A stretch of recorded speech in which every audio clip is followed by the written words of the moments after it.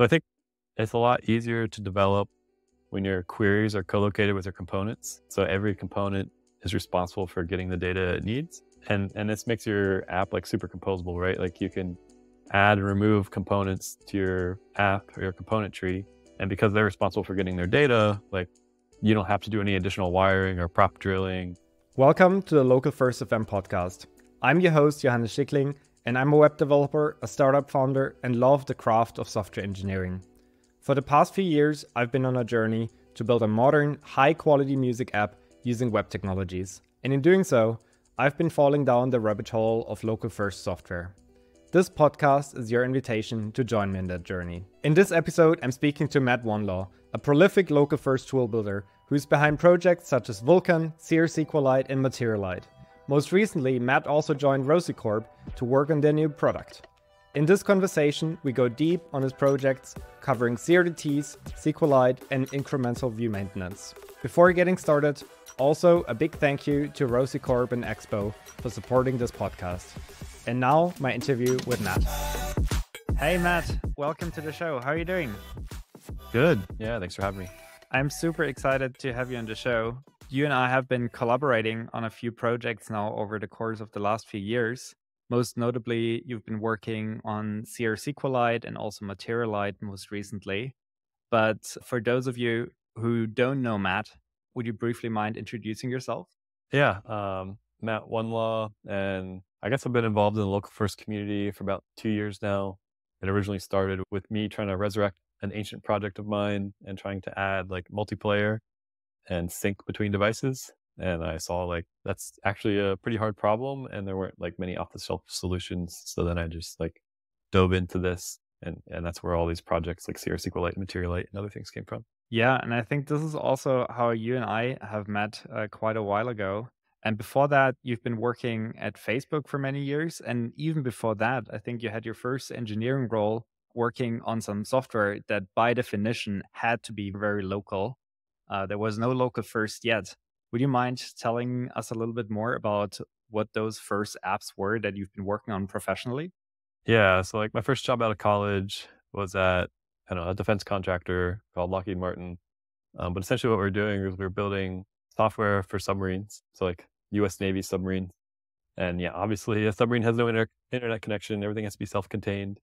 But even beyond that, so the software I built was like these thick clients for the workstations that sonar operators used. And, there are servers on the sub, servers that provide storage and some that provide the signal processing and whatnot.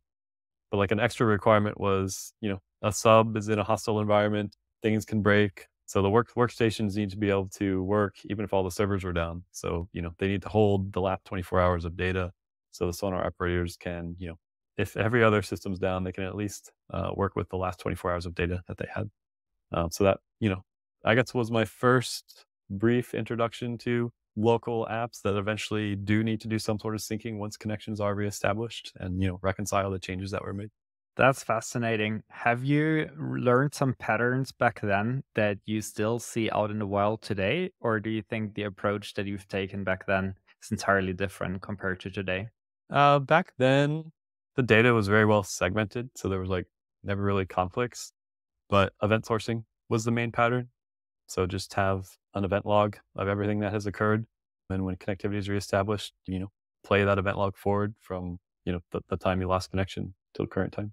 Yeah, I mean, event sourcing, I feel like is still a super active topic. I'm actually looking into it much more closely myself for the use case of building Overtone. And I'm also exploring to embrace it a bit more for like one syncing and migration strategy for Live Store.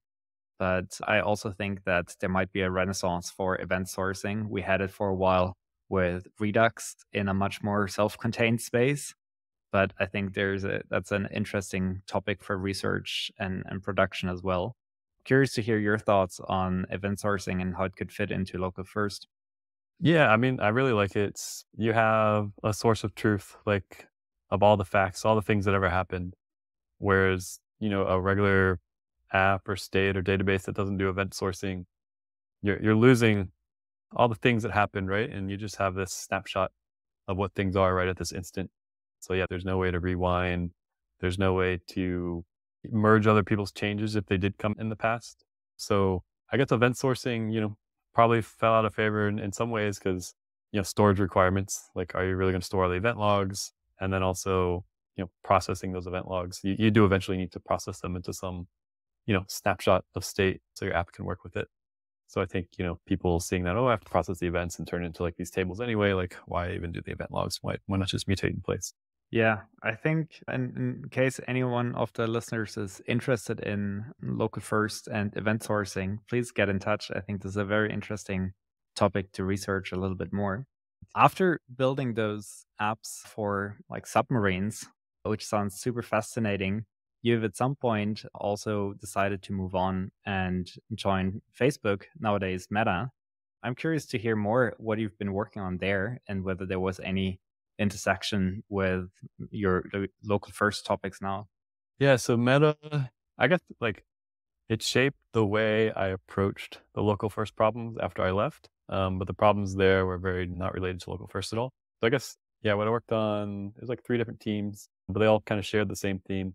And a lot of what I was doing, we had a system called download your information. So this is like any Facebook user can go click a button and get an archive of all their data. So we'd have to like crawl your entire Facebook graph and find everything you owned. So we called it the ownership graph. And then another thing one of my teams built was the deletion framework. So this is like you delete your account.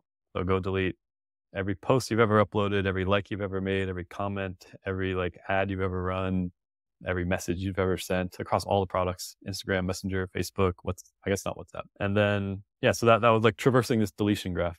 And then a third product, like variation on all this themes, was like investigations and human review. So like obviously there's lots of abuse on Facebook, and we had to have a way for like every product that's ever created, like can we make their content reviewable by like a human review team at Meta. So this is like, yeah, trying to fan out from the content and traverse the graph of things associated with it for review. So I guess like all this like graph walking goes very hand in hand with query languages and also schematization. So I guess I mentioned like 3 different areas of like quote unquote compliance, right? Deletion, download your information, and content review. Well, if you're a product team at Meta, you don't want to be slowed down with having to integrate into all these systems. You don't have to learn about them. You just want to like ship your product. So like our key focus was how can we make it so developers can just make their product and don't have to understand these things. So we built it into the schema language. So as you're defining your schema for your product, you can say like for a given edge, like this is an ownership edge or this is like a deletion edge.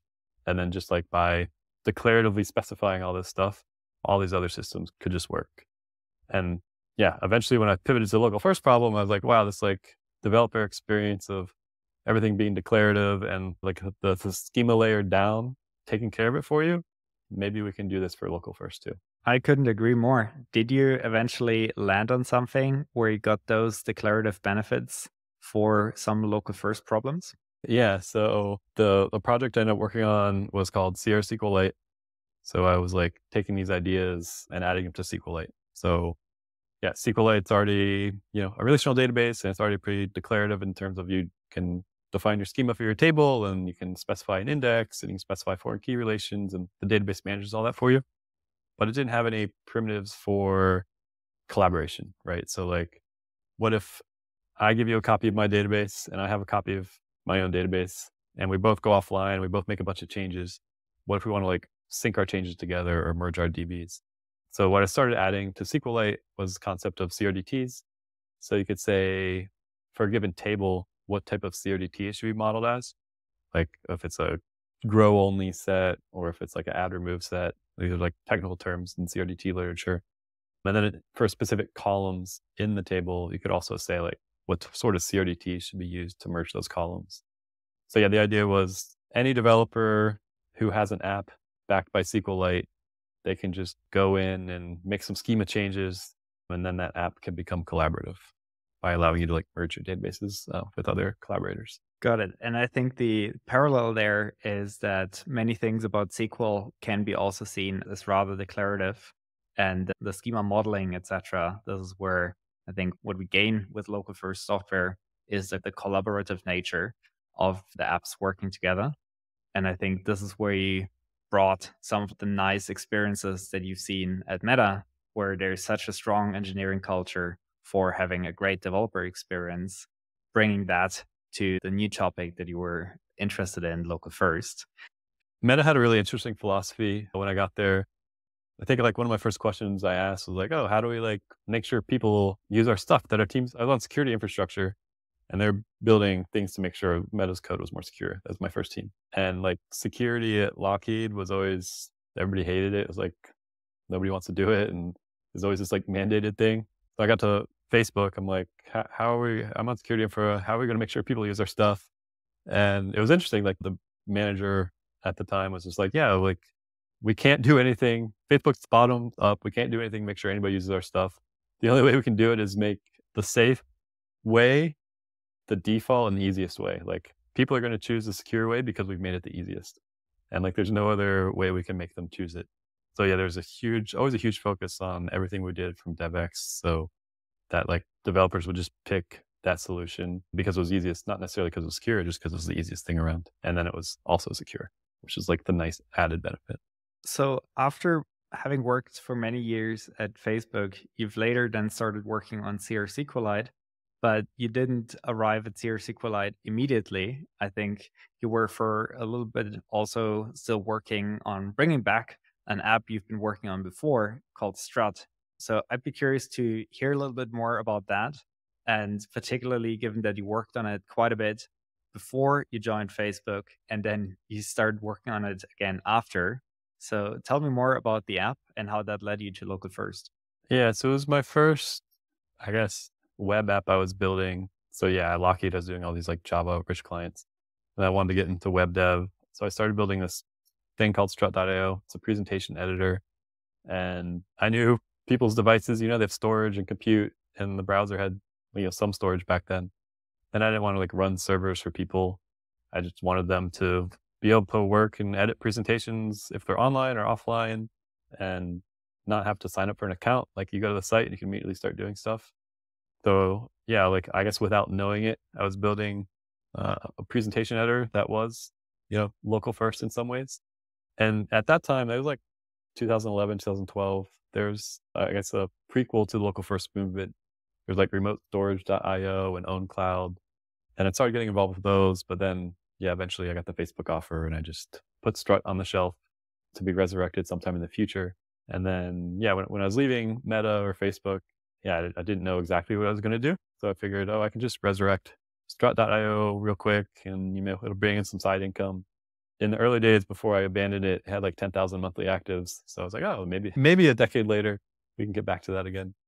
But yeah, as I resurrected it, kind of the landscape had changed a bit. Like people had a lot more devices and also multiplayer was an expectation where like, Google Slides, right? You can have multiple people on the same deck.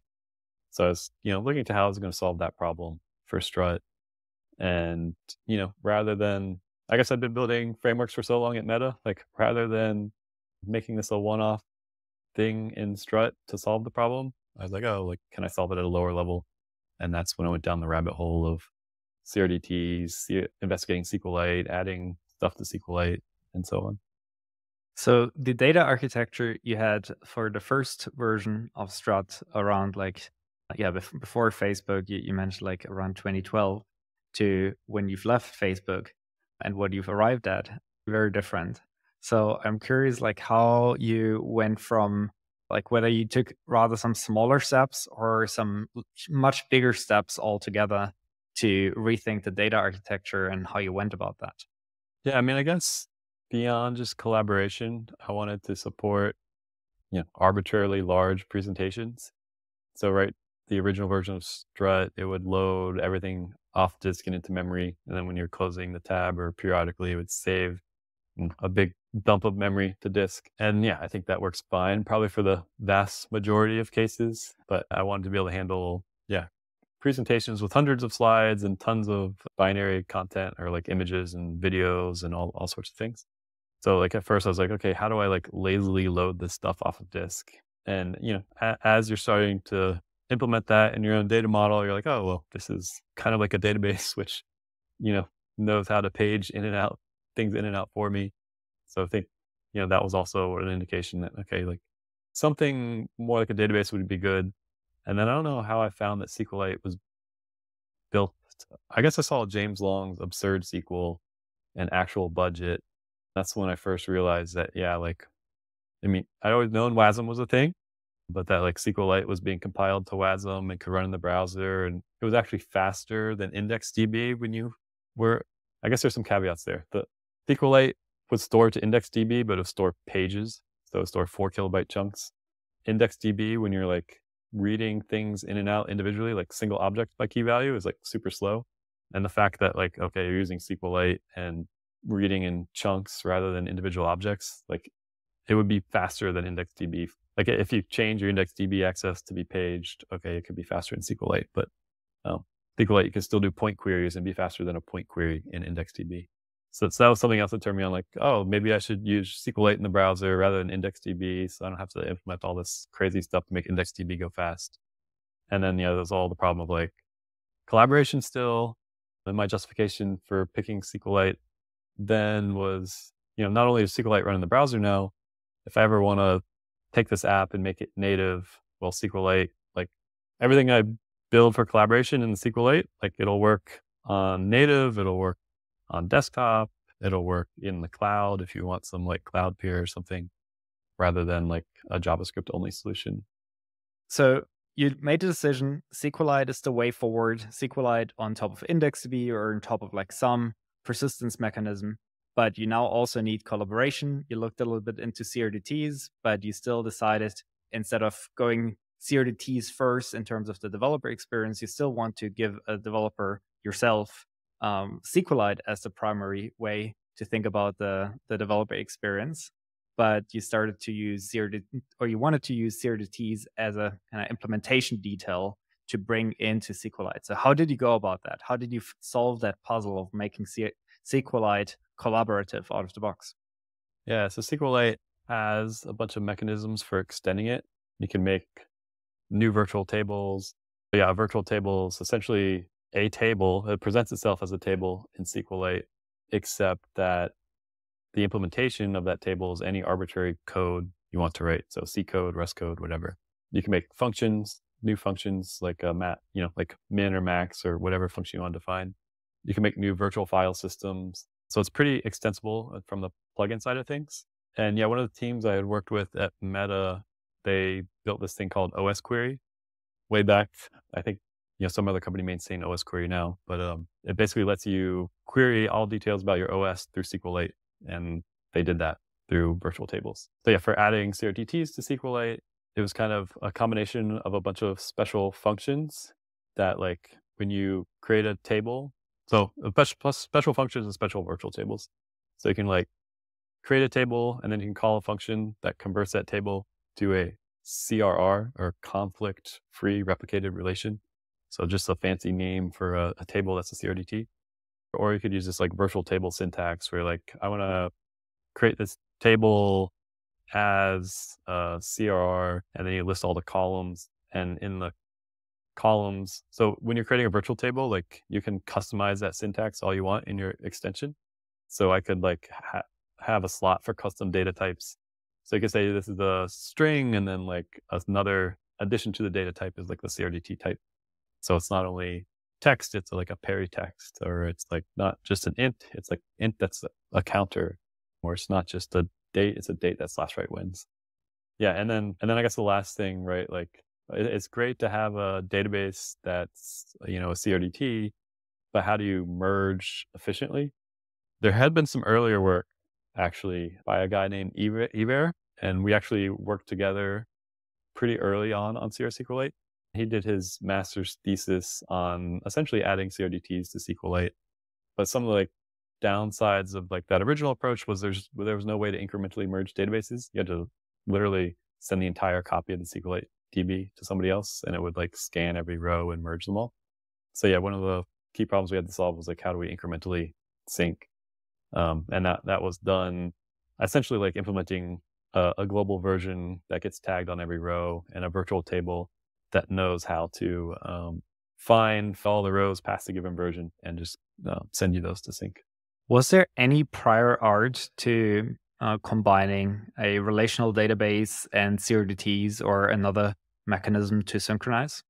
Yeah, so there's Ever's work, and then I guess James Long's work on Absurd SQL. But I guess, yeah, I don't know if he ever gave a name to the layer above it that did the CRDTs. But yeah, James' work, if I recall correctly, it was all in JavaScript. So like wasn't built into SQLite itself. You couldn't just run it anywhere SQLite could run. It had to be in a JavaScript environment. And he took a different approach. I think he used hybrid logical clocks and like Merkle DAG. So yeah, I guess we start getting like some trade-offs of like strut was the first use case, which actually informed a lot of design decisions for CR-SQLite and why I didn't want to use something like James Long's approach or I don't know, other solutions that were available at the time. Yeah, I'm curious to hear more about your judgment of the trade-offs and what made it a good versus not so good fit for your use case. Yeah, so I think James's approach, yeah, I hope I'm remembering everything correctly. This was like a couple of years ago. But when I looked into it, every single message for all time was stored. So this is, kind of like event sourcing, right? But like one of my key requirements, like I was using strut to drive requirements for CR-SQLite. And I wanted the ability for people to be offline as long as they wanted, for it to be able to run on constrained low memory devices. And so those two in combination with the fact that it's like a presentation editor where you can drag and drop components, you can spin them, rotate them, type. Like I didn't want every single event for every keystroke and every drag and all these things to be logged for all time, right?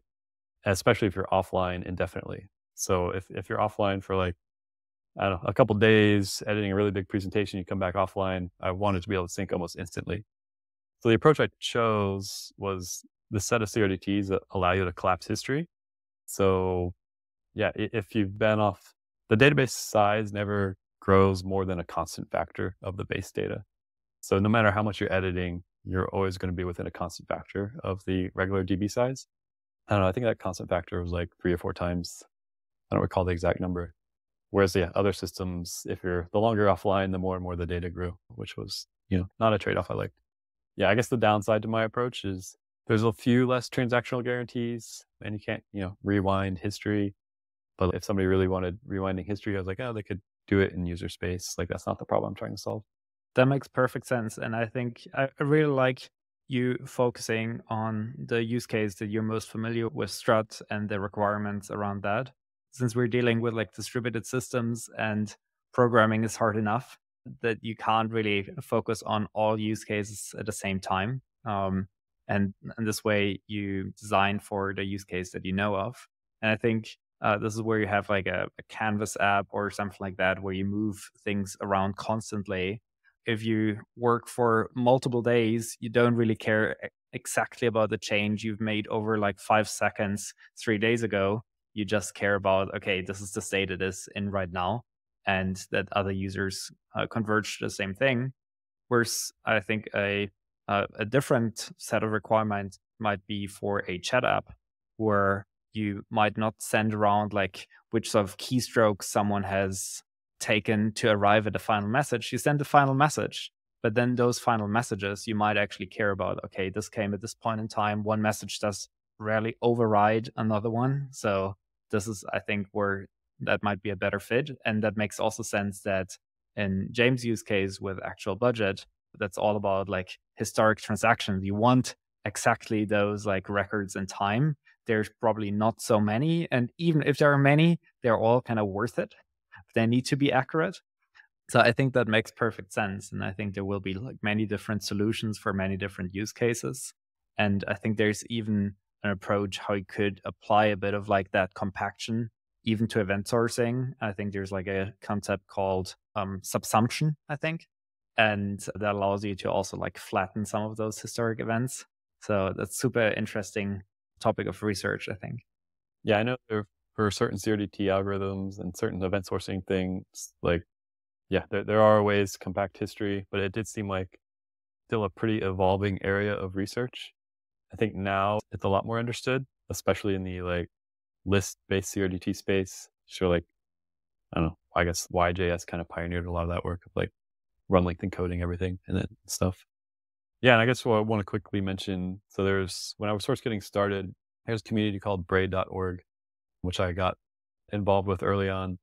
And yeah, I don't know. That was an amazing community in terms of like learning and being open. So I just want to call them out. Like they helped me a ton to understand all these CRDT algorithms and when history can be compacted, when it can't, what kind of weird circumstances you can get into if, you're merging changes peer to peer versus, client server and whatnot. Yeah, this entire community I'm not yet a part of, but given that this year I'm also looking much more into implementing syncing, I feel like there's a lot I have to learn about. And I would love to also have some folks from that community here in the podcast. Yeah, they're trying to add syncing to the HTTP protocol. So essentially adding a new verb rather than get, put, and post to allow you to merge documents or resources together. That sounds fascinating. How far along is that effort? They are part of IETF now. I don't remember if they're a research. There's like two separate types of groups. There's like research groups, and maybe there's standards groups. I think those are two. Yeah, I don't know if they're still in the research phase or if they're on the standards track yet. Very interesting. I have to look more into that. So, besides choosing the right CRDTs to fit into SQLite through virtual tables, I think just picking SQLite to run in the browser quite a few years ago, that's probably, you must have been running into a bunch of challenges and issues along the way. So, I'm curious to hear first getting sort of like a broad overview of the different challenges you were running into and then going into them. Yeah, I think I wasted months of my life like fighting SQLite issues. Because yeah, it was really early where the official SQLite WASM project had kind of like just started. And I guess some of the first problems I ran into was, I guess, like, compiling an extension into the WASM build. So yeah, it's one thing to write a SQLite extension. It's another thing to get it to run correctly in WASM. Um, it wasn't so hard when the extension was originally written in C, but like, I don't know, like trying to code review contributions in C and make sure there's no like memory issues was a nightmare. So I eventually like bit the bullet, started learning Rust and re-implemented the extension in Rust, which I think was, yeah, it became like a third or two-thirds less code and just way faster to write after doing it. I think it was worth the time. But that introduced this whole new complication of like getting the Rust compiler tool chain to compile an extension that can be linked to the SQLite compiler tool chain that then goes through and script him to build a WASM bundle. And let me see what else was there. Transactions was an interesting thing. So originally the interfaces to SQLite in the browser were async.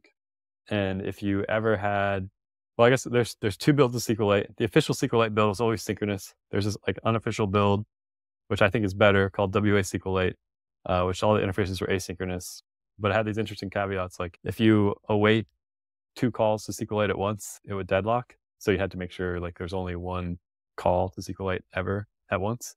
So, working around that challenge. Transaction interleaving was another. So like if it's asynchronous and you start a transaction and you have all the statements in the transaction, okay, you begin the transaction and then you like do a read, you're waiting the read. Well, while you're waiting the read, you delegate control of the event loop. So somebody else could come in and, kick off a new task, right? A new statement to do a write or something. Well, now that's somebody else's transaction that's trying to run while your other transaction is running. So you get this like weird interleaving. So yeah, trying to lock out transactions in the JavaScript layer, that was another annoying thing to deal with. And it's not related to WASM, but just getting SQLite with the extension built for all the platforms I wanted to target. So like eventually Expo wanted to include it in their Expo SDK. So figuring out how to do Android and iOS builds, in addition to, the WASM build and Mac and Linux builds. Those sound like quite the buffet of different challenges that some sounds familiar to me as well, as I think some you've been pioneering a tad earlier, and by now some of those are maybe a bit more well-trodden path. But I think there's probably even more that we don't understand yet. One more interesting one, I think more interesting than the other ones, is since SQLite in the browser, at least the one I'm using, is IndexedDB backed. IndexedDB has a very high cost for opening a transaction, which I was unaware of at the time. So yeah, there's a lot of work Yeah, and anytime you open a SQLite transaction, it would open an IndexedDB transaction.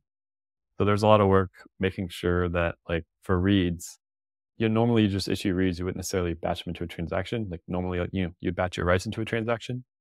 But yeah, to make SQLite in the browser go fast, if you're doing a whole bunch of reads, like making sure a transaction was open automatically, all the reads would happen, and then the transaction would close once all the reads are done. So it's like way of batching. And that was like a 10x speed up in the browser for SQLite. So once you've solved all of those performance challenges and also like correctness, syncing challenges, etc., then it also needs to be competitive somehow with the typical developer experience you have in a React app or in a different framework you're using. How did you go about designing that? Yeah, so yeah, I've developed a set of hooks. So I don't know, is I guess like the React integration was probably the least amount of, I don't know, say it's the least amount of work. Maybe not once I like think about all the strict mode problems and stuff. But yeah, essentially the DevX was like a use query hook. But I think it's a lot easier to develop when your queries are co-located with your components. So every component is responsible for getting the data it needs. And this makes your app like super composable, right? Like you can add and remove components to your app or your component tree. And because they're responsible for getting their data, like you don't have to do any additional wiring or prop drilling. Um, and yeah, they're not going to break other components because suddenly some data dependencies are missing. So I really like that. Yeah. Co-located queries. So every component you could use this hook called use query. And in that use query, you just literally write your SQL that fetches the data required by that component. And that SQL could be as complex or as simple as you wanted. So, like select from issue where ID equals issue ID or something simple, or, something complex like select star from issue, order by modified, join labels, join owner, and yeah, all these things.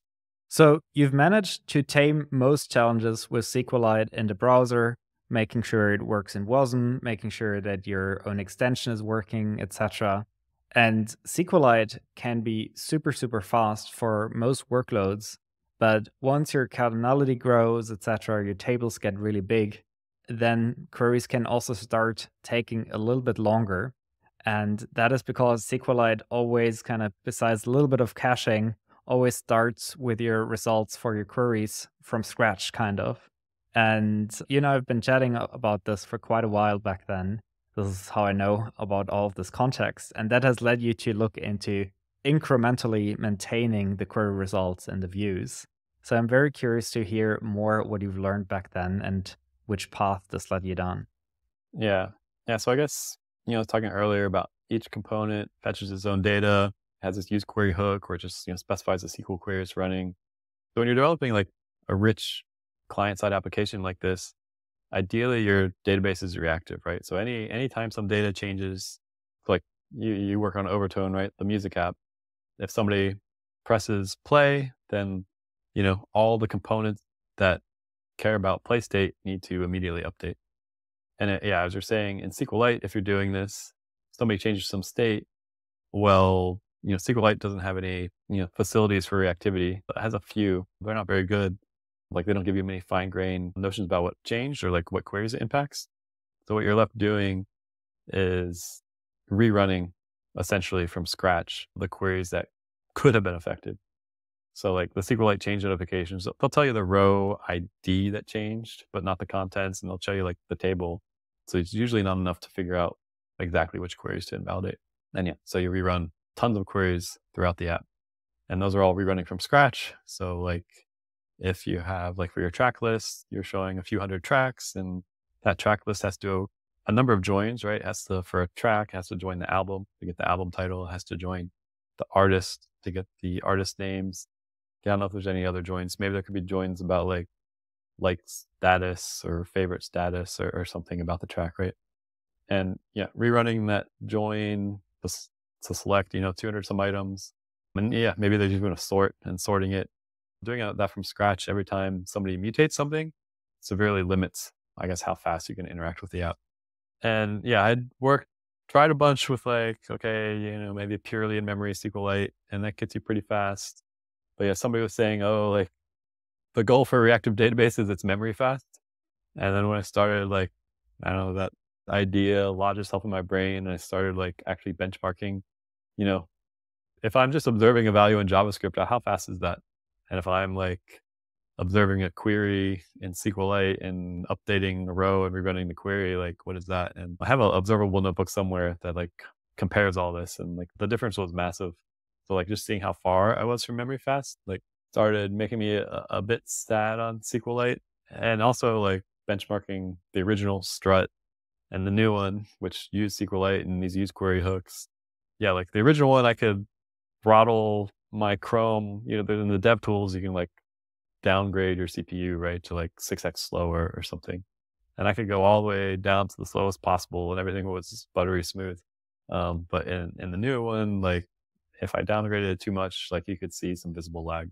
Um, yeah, so SQLite is fundamentally built in this request response style, right? This is the era of the LAMP stack where, databases request response made sense, right? A user would go to the website, it would do a query against the DB and it would render, right? There was no like rich interactivity. It was always a full page refresh every time. The request response made sense.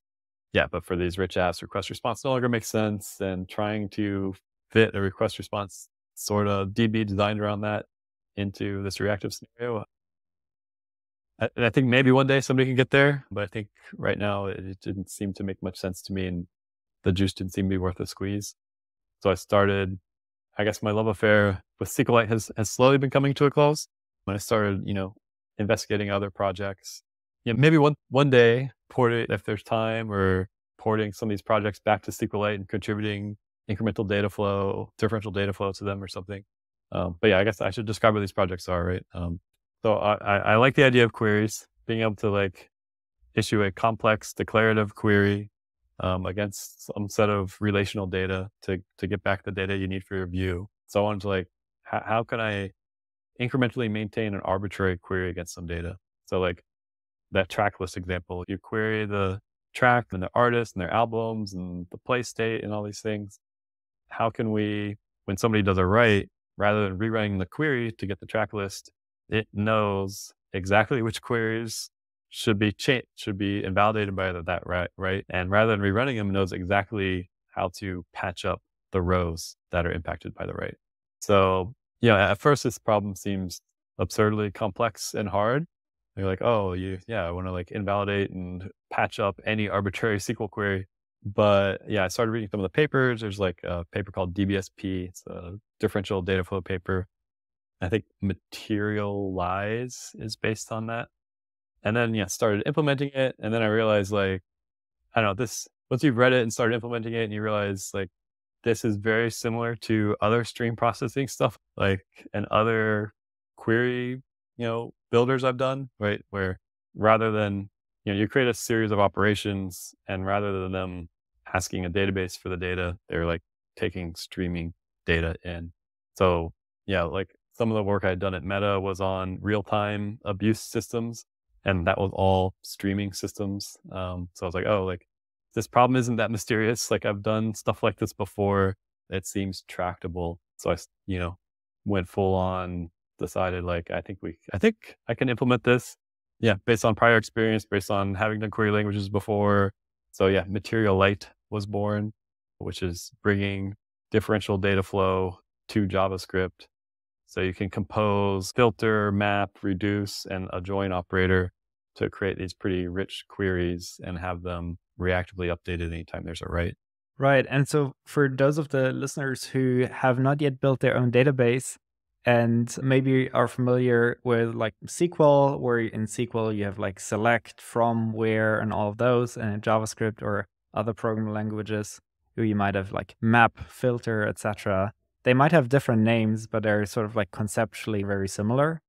And this is where you're basically just now like trying to recreate the same semantics that we have from SQL, where you can say select star from this where, so, and you can basically have like an array where you now say dot map, dot filter, etc. And where you flip the trade-offs from before you owned in SQLite, you might get this query just once and then it's done. You no longer are interested in like subsequent changes and then like smaller updates. But in JavaScript, where our app stays warm, we click the button, something changes slightly, you want to change the trade-offs quite significantly. And that has led you to Materialite. Yeah, so like just to build off on like how SQL concepts map to like filter, map, and reduce, right? Like map represents select or function application. Like you're selecting some columns, well, that's mapping the original object to some other object with a subset of the fields. Filter is the same as where. Reduce is what you use for any aggregate function like group by, sum, count. Yeah, and I guess one other operator would be concat. So if you want to do or, you fork your stream that you've filtered or mapped over, and then after you've filtered it, you concat the streams back together, and then you run a distinct. So you can do an or, and then joins a special thing where essentially you kind of maintain what you've seen from one stream, and then as you see results from another stream, you link them together based on some key. At first, it like seemed like a large barrier, but then I don't know. Once you get into it and you realize, oh, like I've done all this before, and filter, map, reduce, like these have direct analogs in SQL. Like it's not so bad. So we've so far like touched the most common usage of SQL, but SQL has, or SQLite, Postgres, etc. But like sticking with SQLite for a moment, there's quite a bit more than like the common like select from where, etc. There's like various kinds of aggregations, various kinds of ways to combine queries, subqueries, joins, various kinds of joins. Is the system that you've came up with Materialite, is that on feature parity on what SQLite is able to do? Or are there some parts where you say, okay, that's out of scope because there's years worth, maybe decades worth of optimizations have gone into SQLite, into making that fast, and that's out of scope for Materialite? Yeah, so there's no window functions and there's no recursive queries.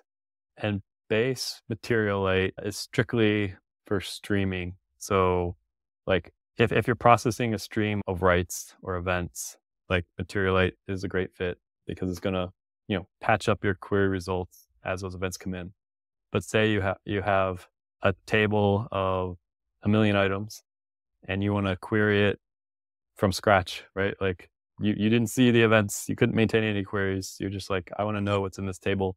So you're going to have to run that query from scratch, even in Materialite. But for Materialite, what that means, running a query from scratch, is like setting up the data flow pipeline and then feeding literally every row, all 1 million rows into that pipeline. Which, yeah, since everything's implemented with like filter and map, where like it's opaque, like when you do filter, you provide a lambda. It's opaque. That's what fields you're filtering on, which makes this from scratch case hard because like, oh, if I don't know what fields you're filtering on, then I don't know if I can apply some sort of index that you might have against this data. So yeah, I guess after working on Materialite and getting to work pretty well, like, okay, that was the next problem. And it's like, oh, we need an actual query language because in a query language, right, it's declarative. You express like, this is the field name I'm filtering on, this is the operator being used, and this is the value. So the engine knows exactly what the fields you're ordering by, the tables you're using, the fields you're filtering on.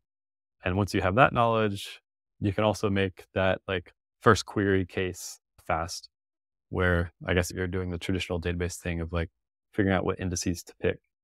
I don't think we'll ever be as fast as SQLite for that case, but I think, for an for a rich client like Overtone or Strut, right? Most of your queries are subscriptions. They're not this like from scratch sort of thing. Like you're going to subscribe, you're going to like set up a query that subscribes to the slide list, set up a query that subscribes to the component list on the slide. And then as writes happen, you just want to update those rather than, always like, rather than having to have first class support for running a query from scratch. So that latter thing needs to be just fast enough, but it doesn't need to be like, the fastest thing in the world.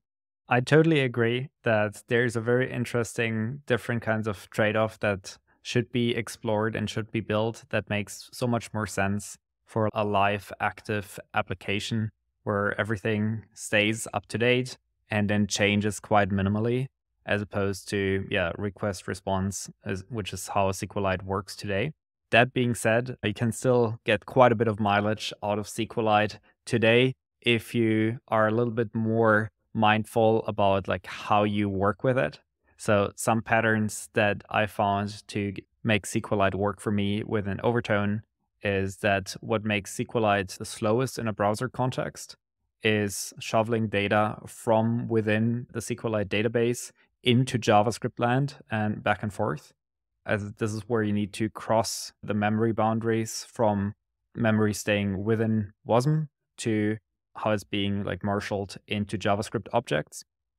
And what I found as a pattern that helps quite a lot is just keeping that small. So if you need like and this is where I think you can apply quite a few of the tricks that you've now mentioned and you embrace with Materialite, you can actually bring back and layer on top of SQLite. Probably still not quite as fast as Materialite, but probably fast enough to make a use case like Overtone work within that paradigm as well. That when the list changes, instead of like getting a new list of 5,000 tracks for that playlist, every time those 5,000 tracks, you just get a change in terms of like, oh, this new track was added.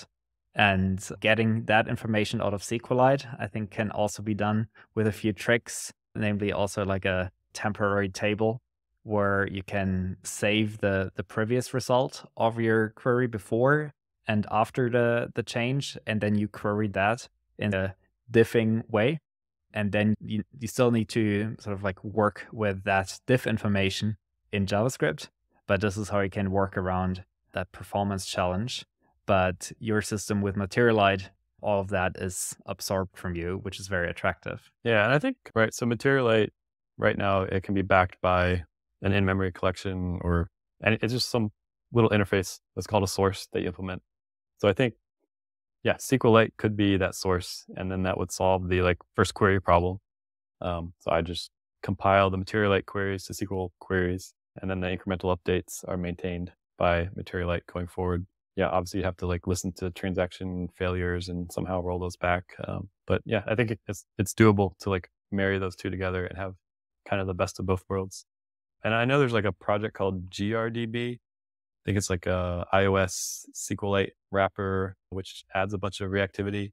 It's not like completely general. It doesn't support like completely arbitrary SQL queries, at least in an efficient way. But I think it gets you close enough with the queries it does support. One more thing about like moving from the request response style to like queries being subscriptions, that gives you these really cool opportunities to optimize queries at a global level. So like if all your queries are subscriptions, you can see what subscriptions are open. And then you can start seeing which queries are either identical and deduplicate, or which queries share operations. So like maybe you have a whole bunch of queries that all do the same join. Well, in the streaming system, you can optimize that so that join happens once, and then the results of the join are fanned out to all the queries that use it. So yeah, you can do some really neat tricks at a global level once you model your queries as subscriptions. Yeah, that's super interesting. And a few of those things I'm exploring for LiveStore myself, where they're basically the problem of reactivity and efficiency, trying to keep the performance as good as possible, but also squeezing that into a frame budget, since LiveStore and Overton all runs within the main thread, which I'm not sure. But that's probably also the way how Materialite works.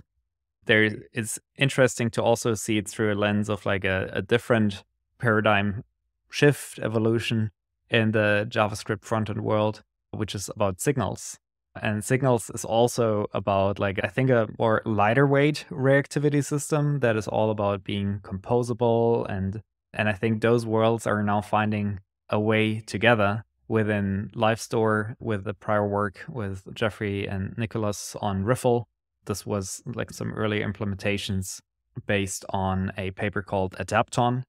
And from my understanding, all of the research that has gone into Adapton and sort of like in parallel what's been evolving as signals, those are actually the same thing. And I think now we can do some really interesting work on combining the power that like more substantial state management primitives like a database gives us, or something like Materialite gives us, and bring that together with something like a signal system that also kind of out of the box address the thing you've just mentioned, which is reusing parts of the computational graph. The only thing Signals is missing, I'm surprised nobody's done this yet, is incremental computation against collections, right? So you think of like, I have an array and I map the array, then I filter the array, then I reduce the array. That's like creating a new copy of the array each time. And if you like add one element to the array, you like rerun all those against the full array again. So it's kind of like the query from scratch case, right? Whereas Materialite, right?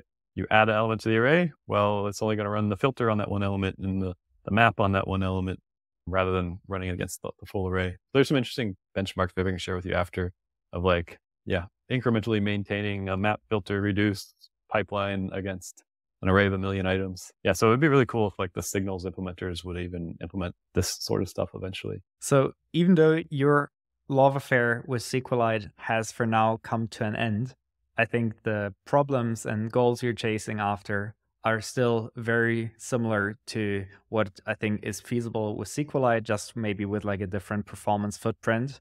I think with SQLite, you also get the benefit of just that being like a very familiar and trusted thing that's like been proven and battle tested for literally decades now. And even though you said like you were running into some performance issues, SQLite is still so ridiculously fast that it's very feasible to do write those applications in a browser context, etc. And I think even if you now on a modern CPU throttle your CPU, it's still manageable. But I think there's multiple paths to arrive at the same goal. And so, as my understanding is that the project Materialite opened a couple of really interesting follow-up conversations for you, which is now opening a new chapter for your professional life. So, do you want to tell us a bit more about that?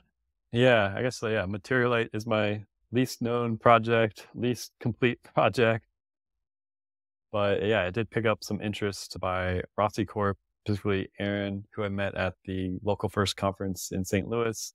And yeah, we're talking about the model of those queries as subscriptions and like having a reactive app. And I think he's the one that said like, oh, things need to be memory fast. And yeah, so I started working on Materialite and we did some explorations of like, if you powered one of their demo apps with Materialite, like they have a linear clone that's a demo app, and they want to see like, oh, how many issues can we scale this to if we like use this differential data flow approach? Yeah, and they really like kind of the initial results, and we worked together, I guess, quite a bit over the last 4/6 months. There was like a 2-month break for me on paternity leave, and yeah, so I'll be starting a job with Rocicorp here pretty soon as a partner. Yeah, I'm super excited about that. That's amazing. I mean, we had Aaron on the show, I think the second show for Local First FM, and there were so many deep insights there by Aaron. And I'm a big fan of the products that's already been built there, Replicache, Reflect, and sounds like your work with Materialite is also going to be incorporated into making the products even better.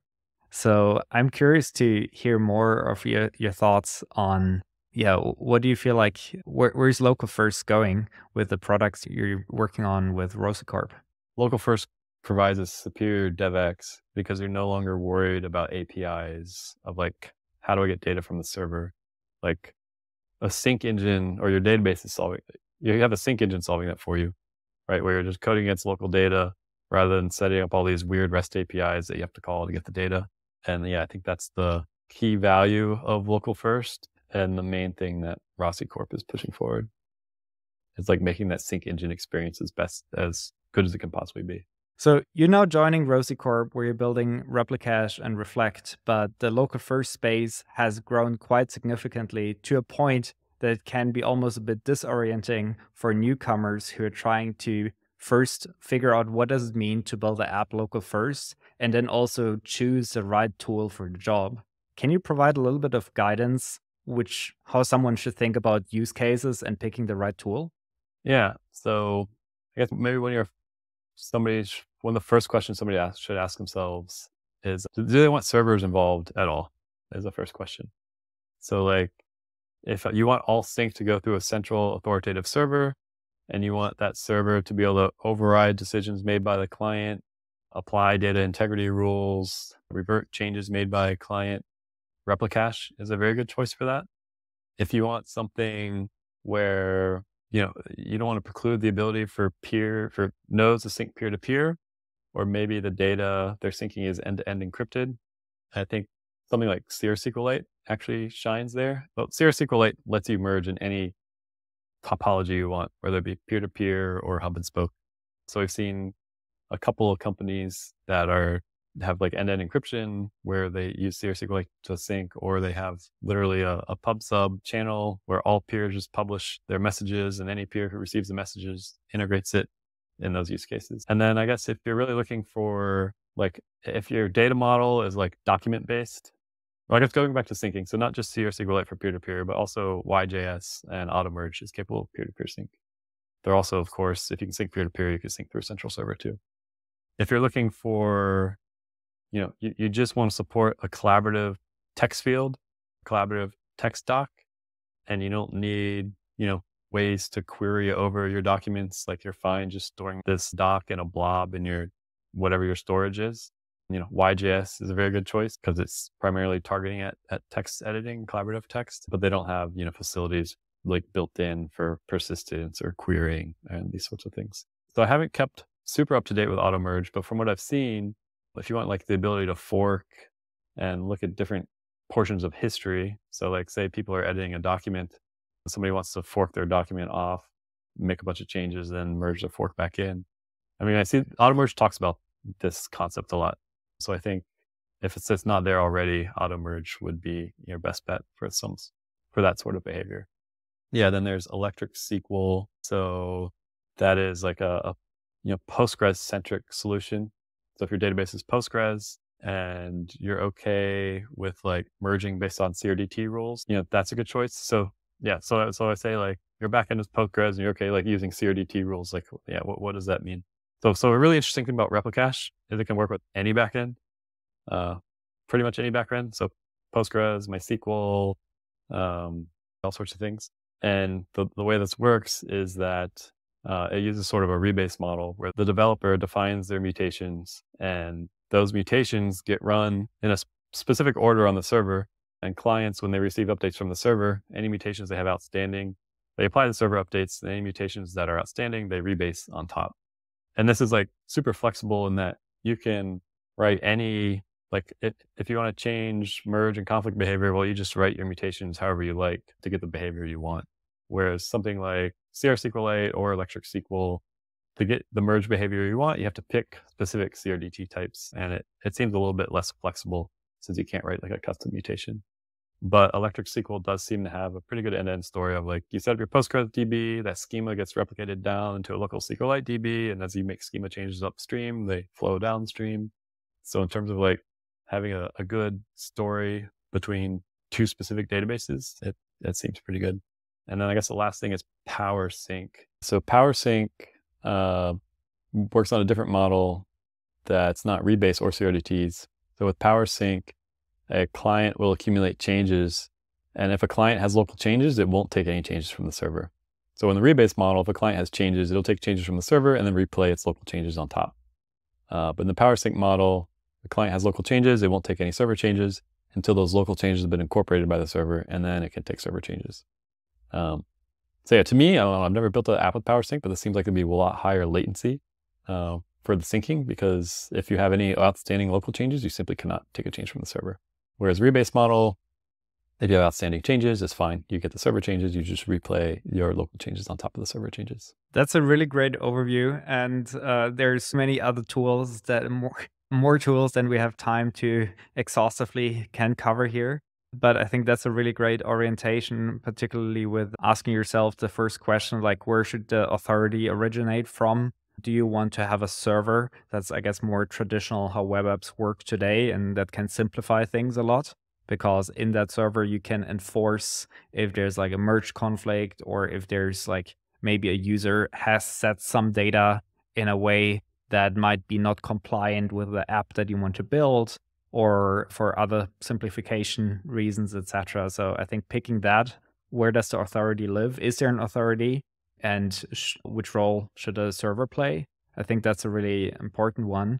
And then also the two kind of like ways to go about syncing, or at least two ways going more about basing everything on CRDTs, or going with a event rebase model, how Replicache is working. I'm curious how someone who has used neither and might have not really a lot of intuition for what are the implications of choosing one or the other Can you provide a little bit of an intuition which kind of app use cases are a good fit for one or the other? Yeah. So with CRDTs, you don't have code on the right path. Like the CRDT algorithm is going to determine, I guess I should say you don't have code on the merge path. The CRDT algorithm is going to determine how things merge, and you're just picking a set of CRDT algorithms. Or something like replicache, where you write custom mutators. You can write a set of mutators that run on the client, and you can write mutators with the same name, same args, but do something totally different on the server. Which one, it's since you're writing code in the mutation, it's giving you control over kind of how things merge and sync. And two, since the code doesn't have to be identical on every node, because it's the server's the authoritative answer, you could do something in the server mutation like check permissions or, set last modified times or something from the server's time rather than the client's time. Yeah, but I guess the one downside to that is a CRDT, like you can sync messages in any order. Like, yeah, if you have message A, B, and C, if you sync them BCA or CBA, like you always get the same state, which means that you don't have to have a single server being the authority. You can have every peer be on equal footing and essentially have no server. Whereas like this, replicache model, you do have to have someone that is that authority that's going to provide the total ordering of messages. And to me, it sounds like at least the latter, the rebasing model with that authority living in a server, for example, that is a bit easier to get into, less of a radical shift of like thinking, changing the way how you think about data modeling, etc. And it's probably the easier one to get into and might be a better catch-all solution for many app use cases. Like if you look at, I think it's the easier, it's more familiar. And if you have an existing app that you're trying to add multiplayer to, like, this can work on your existing data model without much changes or with little to no changes. Whereas, you want to switch to CRDTs, like you might have to make a new data model specifically for this collaboration thing and migrate your stuff over. Right. And I mean, the advice I would give on top of that is there are now like so many interesting and easy to use options out there, whether it's replicache, whether it's auto merge or others. Just maybe try building the same mini version of your app in different technology stacks, see what works best for you, and you'll develop that intuition just by yourself. And I think that's a really fun thing to do. Cool. Matt, thank you so much for sharing about like all those different projects you've been involved with. I'm really excited to see what you'll be building at Rocicorp. Is there anything else you want to share with the audience now? Yeah, just stay tuned. We're building the next kind of iteration of replicache and reflect. And it was exciting enough to make me like drop everything I was doing and join the team and go back to working for somebody, I guess, rather than just following whatever research interests wherever they took me from day to day. So it's I think what they're building is super compelling, and you'll hear more over the summer and over the coming months. That's incredible. I'm really excited to hear more about what you all have been working on. And thank you so much for coming on the show. Yeah, thanks for having me. Thank you for listening to the Local First FM podcast. If you've enjoyed this episode and haven't done so already, please subscribe and leave a review wherever you're listening.